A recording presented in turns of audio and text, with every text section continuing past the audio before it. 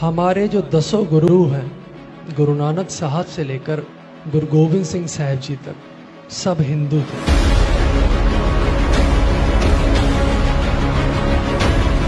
हमारे गुरुओं के नाम रामदास जी, हरि राय जी, हरि गोविंद जी, गोविंद सिंह साहब जी। गुरु गोविंद सिंह जी ने खालसा पंथ की रचना की। हम वो योद्धा हैं जो हिंदू धर्म की, सनातन धर्म की रक्षा कर लिया है।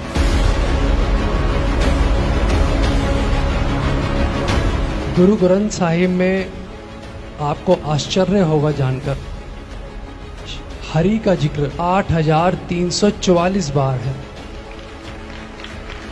प्रभु श्री राम का जिक्र 2500 से ज़्यादा बार है और वाहिगुरु का जिक्र सिर्फ 18 बार है। आई एम प्राउड टू से I am a purified Hindu.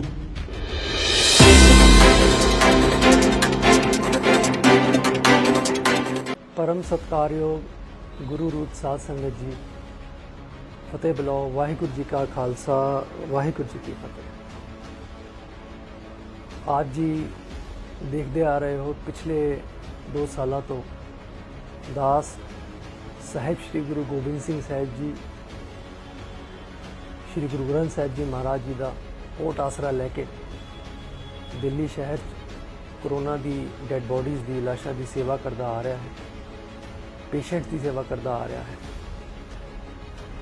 लेकिन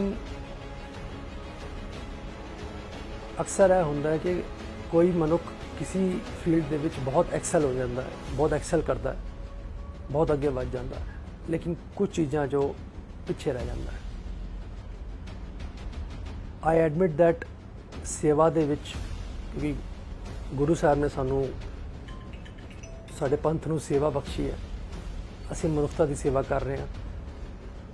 लेकिन पिछले 2-3 दिन तो आप जी देख रहे हो कि एक वीडियो मेरी चल रही है जिहदे च मैं एक प्रोग्राम सिख इतिहास बारे मैं कुछ बोलिया।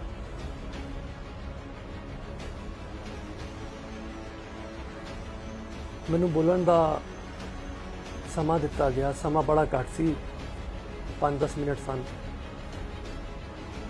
जिन्ना कि मैं इंटरनेट पे रिसर्च कर पाया मैं की, मैं उत्थे उन्होंने बोलता।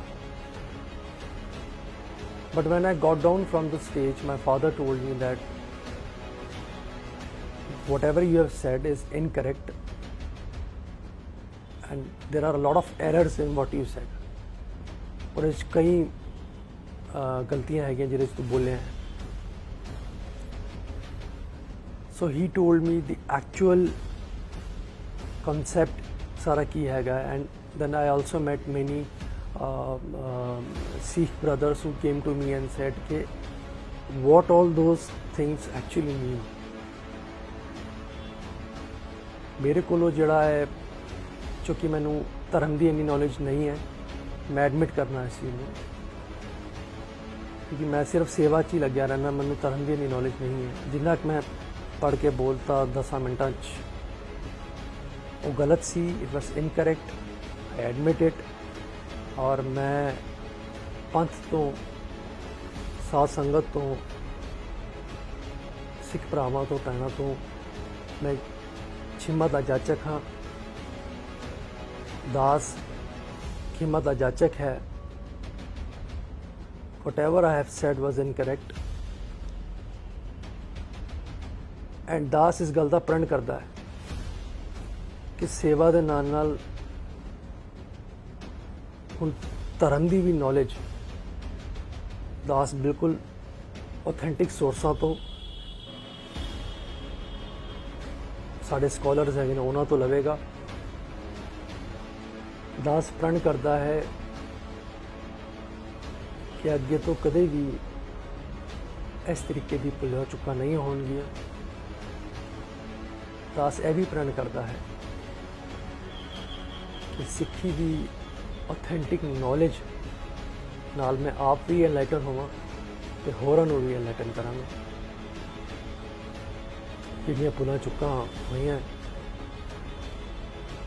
मैं दिलों क्षमा का जाचक हाँ। ਮੈਨੂੰ ਆਸ ਹੈ ਕਿ ਸਾਧ ਸੰਗਤ ਜੀ ਆਪ ਜੀ ਮੈਨੂੰ ਆਪਣਾ ਬੱਚਾ ਸਮਝ ਕੇ, ਆਪਣਾ ਸੇਵਾਦਾਰ ਸਮਝ ਕੇ ਮੇਰੀ ਭੁੱਲ ਬਖਸ਼ਾਓਗੇ। ਵਾਹਿਗੁਰੂ ਜੀ ਕਾ ਖਾਲਸਾ, ਵਾਹਿਗੁਰੂ ਜੀ ਕੀ परम सत्कारक साध संगत जीओ, वाहिगुरू जी का खालसा वाहिगुरू जी की फतेह। दास जतिंदर सिंह शंटी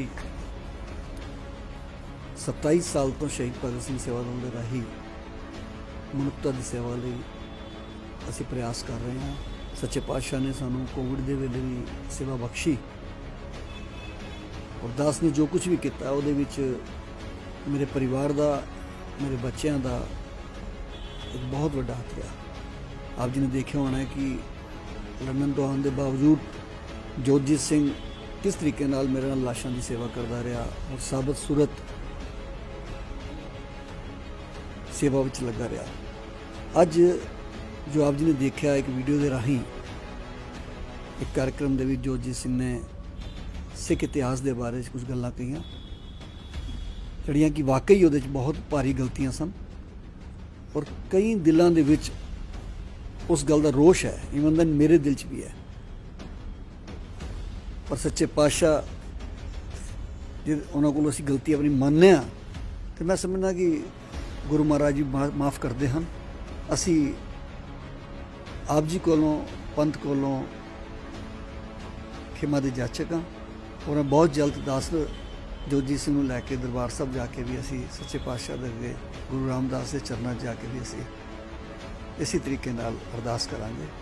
आप जी अगे मेरी बेनती है कि आप जी भुलां बख्श के इस बच्चे को आशीर्वाद दिओ कि गुरु महाराज दे लड़ लगे तो इनू धर्म की ते इतिहास की नॉलेज आए ताकि ये अपने जीवन को सफला कर सके। वाहिगुरू जी का खालसा, वाहिगुरू जी की फतेह। वाहिगुरू जी का खालसा, वाहिगुरू जी की फतेह जी। वीडियो सारे ने देख लिया और बड़ियां गल्लां होईयां। उस तो बाद इहदे नाल जदों गल होई ਤੇ ਇਹਦੇ ਪਹਿਲੇ ਜਿਹੜੇ ਸਵਾਲ ਸੀਗੇ ਅਸੀਂ ਉਹਨਾਂ ਸਵਾਲਾਂ ਦੇ ਜਵਾਬ ਦੇਣੇ ਮੁਨਾਸਿਬ ਸਮਝੇ। ਆ ਕੇ ਬਹਿ ਕੇ ਅੱਧਾ ਪੌਣਾ ਘੰਟਾ ਜਿਹੜੇ ਇਹਦੇ ਮਨ ਦੀਆਂ ਵਲਵਲੇ ਸੀ, ਜਿਹੜੀਆਂ ਇਹਦੀਆਂ ਰੋਂਗ ਇਨਫੋਰਮੇਸ਼ਨ ਸੀ, ਉਹਦੇ ਬਾਰੇ ਇਹਦੀ ਜਾਣਕਾਰੀ ਇਹ ਮੰਗਦਾ ਸੀ। ਅਸੀਂ ਉਹ ਦੇਣ ਦੀ ਕੋਸ਼ਿਸ਼ ਕੀਤੀ ਔਰ ਇੱਕੋ ਗੱਲ ਇਹਨੂੰ ਪੁੱਛੀ ਔਰ ਕਹੀ ਕਿ ਕੀ ਆਪਣੇ ਅੰਦਰੋਂ ਜੇਕਰ ਮਹਿਸੂਸ ਹੋ ਰਿਹਾ ਹੈ ਕਿ ਹਾਂ ਇਹ ਗਲਤ ਗੱਲ ਮੂੰਹ ਤੋਂ ਨਿਕਲ ਗਈ ਹੈ या जिथों भी तेनों इन्फॉर्मेशनस मिलियां उथों गलत तेरे को हो गया है, तो ही एडमिटेड यस कि हाँ ये मेरे तो गलत होया है। क्षमा मंगना और अपनी क्षमा नूं मान लेना, अपनी गलती नूं मान लेना, ये सब तो पहला स्टैप है। सो इहदी जिहड़ी काबलियत है वो काबलियत सेवा दी ते सारी दुनिया जानती है। साबित सूरत है, जवान सिख है, होर भी किसी चीज़ां 'च पैण दी बजाए अपने पिता शंटी जी दे नाल सेवा दे विच पिया। सो इहदे गुणां नूं मद्देनज़र रखते हुए और इहदी क्षमा मंगण दी भावना नूं मद्देनज़र रखते हुए सानूं सारिआं नूं इह लगदा कि सानूं इहदे बारे विचार करना चाहिए और साडी एक ड्यूटी बनदी है कि असीं इस तरह दे जिहड़े साबित सूरत सेवा दे विच समर्पण सिख मुंडे ने सानू इन्हां नूं बाणी दे बारे, सिख इतिहास दे बारे जाणू कराना साडा पहला फर्ज बनदा है। असीं इहनूं जाणू कराईए कि किहड़ियां गल्लां सही ने और किहड़ियां गलत ने। असीं किसी नूं कंडैम ते 2 सेकंड विच कर सकदे हां, फेसबुक ते भी सारी जगह उहदी कीती होई जिन्नी भी सेवा उहनूं खूज पा सकदे हां, लेकिन की असीं कोशिश कर रहे हां कि असीं इहनूं इह कहीए कि हाँ सही की है, बाणी दे बारे सही की है, गुरुआं दे इतिहास बारे सही की है। उस चीज़ नूं मद्देनज़र रखते हुए अज मैं इस वीडियो और इहदी क्षमा दे विच नाल बैठा होया हिस्सा वां कि मैं इस सिख नूं, इस मुंडे नूं एक प्रचारक दे रूप दे विच भी अगे देखना चाहना कि जेकर इहनूं सही नॉलेज मिलेगी तो सानूं इस तरह का यूथ चाहिए है जिन्हों इस तरह दीयां स्टेजां वड्डियां मिलन शंटी जी की वजह करके, तो उत्थे वो गुरु की बाणी, गुरु ग्रंथ साहिब महाराज की बाणी और सिखां दे इतिहास के बारे सही गल कर सके। तो मैं उम्मीद रखना जी तुहाडे तों, मेरे वर्गे मूर्ख तो या होर जिहड़े भी सियाणे सिख पंथक ने उन्हां तो तुहानूं बाणी बारे, इतिहास बारे जदों भी जानकारी होवे, कदी भी स्टेज ते जाओ तो उत्थे संक्षेप दे विच अपनी गल, अपने सिक्खी दे प्रचार नूं सोहणे ढंग नाल कर सको। मेरी एक बेनती हो रही जी कि मैं हुण पूरी मेरा एफर्ट हमेशा सेवा वास्ते रहा है। मैं किसी भी हैल्पलैस पेशेंट नूं डैड बॉडी नूं देखना मैं दिन रात नहीं देखदा, मैं धर्म भी नहीं देखदा, मैं उसकी सेवा दी ਵਿੱਚ ਲੱਗਿਆ ਰਹਿਣਾ। मेरी उम्र भी अजे काफ़ी छोटी है, मैं सिर्फ 27 साल का है। लेकिन मेरी एक बेनती है कि ਹੁਣ ਮੈਂ ਜਦੋਂ ਦੇਖਿਆ ਕਿ ਇੰਟਰਨੈਟ ਤੋਂ ਮੈਨੂੰ ਸਾਰੀ ਉਹ ਇਨਫੋਰਮੇਸ਼ਨ ਮਿਲੀ, ਮੈਂ ਖਿਮਾ ਦਾ ਜਾਚਾ ਕਰਨ ਨਾਲ ਨਾਲ ਮੈਂ ਇਹ ਵੀ ਆਪ ਜੀ ਨੂੰ ਬੇਨਤੀ ਕਰਨਾ ਕਿ ਜਿਹੜੇ ਸਿੱਖ ਇਤਿਹਾਸ ਨੂੰ ਜਾਣਦੇ ਨੇ ਉਹ ਮੈਨੂੰ ਅਲਾਈਟਨ ਕਰਨ, ਮੈਨੂੰ ਸਹੀ ਰਾਹ ਵੀ ਪਾਣ, ਤਾਂ ਕਿ ਜਿਹੜਾ ਸਾਡਾ ਕਨਸੈਪਟ ਹੈ ਉਹਨੂੰ ਮੈਂ ਚੰਗੇ ਤਰੀਕੇ ਨਾਲ